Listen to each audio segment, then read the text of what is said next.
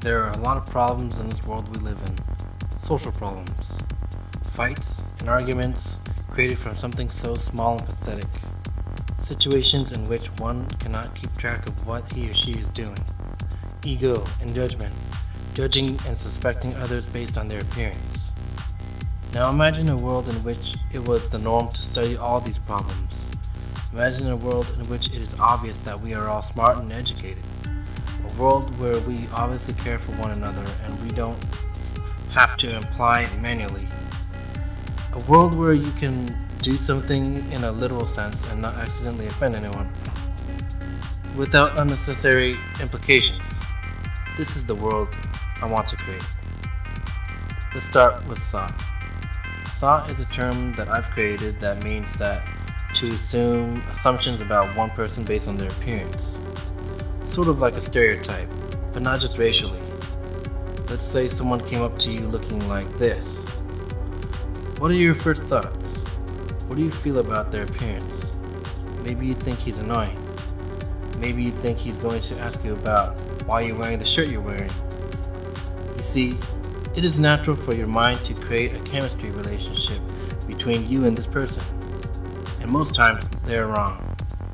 Treating someone based on thought can be annoying to him or her. Let's go deeper. Let's say this is someone you just met. He's one of your friend's friends. Let's say you left your burger from Carl Jr. at home while you went to go run an errand, and this guy, Timothy, is left alone at your house. If you assume that he's going to take your burger and develop anger just thinking about it, you have thought. You assumed what he was going to do based on what you know so far about him. Remember, thought can be bad. Remember to practice not to have thought. Don't assume things and start arguments based on something that could have been avoided. Let's move to literacy. Literacy means to be literal about something, without implications or offense. It's literal. Let's say you met a person and that they said, "Hey, you look tired today." In a literal sense, he literally meant that you look tired. He didn't mean to offend you or anything. He meant it literally. Another good example would be if you had some people from a culture who didn't like it when, let's say, they don't like it when you stand when you eat. Let's say you want to stand while you eat. It would be a literal idea for you to stand and eat around these people. You don't mean any offense, I hope, and there are no implications. You just choose to decide to eat while standing. It's good practice literacy. Being literal is good, and as long as others know you don't mean to offend them, it's great to have. Imagine a world in which no one would ever take offense to what you are doing around them. A world where you can be literal about things. This would be my aim to strive for. Now let's move to bracadic.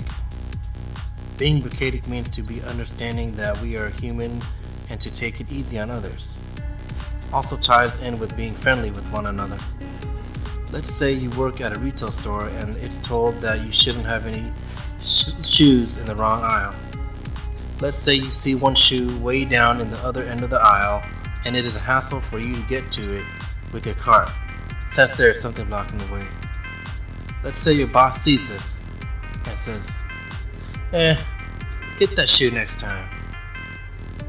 Your boss was being bracadic. He understands that you don't have to be a robot and that he wants to make it easy going for you. So bracadic is to be cool and understanding of one another and also friendly. Now we have laconic.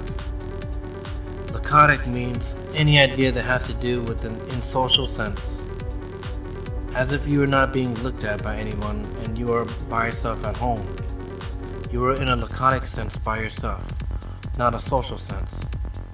So people have two modes, a social mode and a laconic mode. It's good to study a laconic sense because most of the default stares that people give to you are laconic. They may look like they're being mean and staring at you, but in reality, it's their default look. Their laconic default look. So try not to take any offense when anyone is giving a check to you when they are looking to see what's going on. I used to get offended myself until I realized what the situation was about. So that was litricy. We already went over what incodelours are in my previous videos, but if you do not know, it means someone who isn't socially capable of control when talking. They may say things they don't mean to in order to not make things awkward, or they may not be able to keep track of what they're doing in a microscopic sense. Let's say someone named John called the person next to you, who is Louis, a bad name, and they wanted to argue. But let's say you thought John was talking to you. If John is an incodelour and you confront him, he may think that he meant to say it to you. So if you get mad and say, "Hey, what the hell, dude?" he may be weak in this area and actually think that he meant to say it to you if he doesn't know how to show you. You know, it would be so helpful if we are all obviously smart and educated to one another. It seems to me like it isn't obviously implied nowadays. And also, if we had awareness and control over what we are saying, we can always narrow down problems. What if we all had badges or bracelets to represent that you've passed the master's level about social studying? Wouldn't it be great to meet someone else in this level? You would less likely to have any sort of conflict with others with this badge or bracelet. It would also remove sought. Since sought implies that you think the other person isn't educated, sought will be removed. You will be more comfortable with anyone with these badges or bracelets.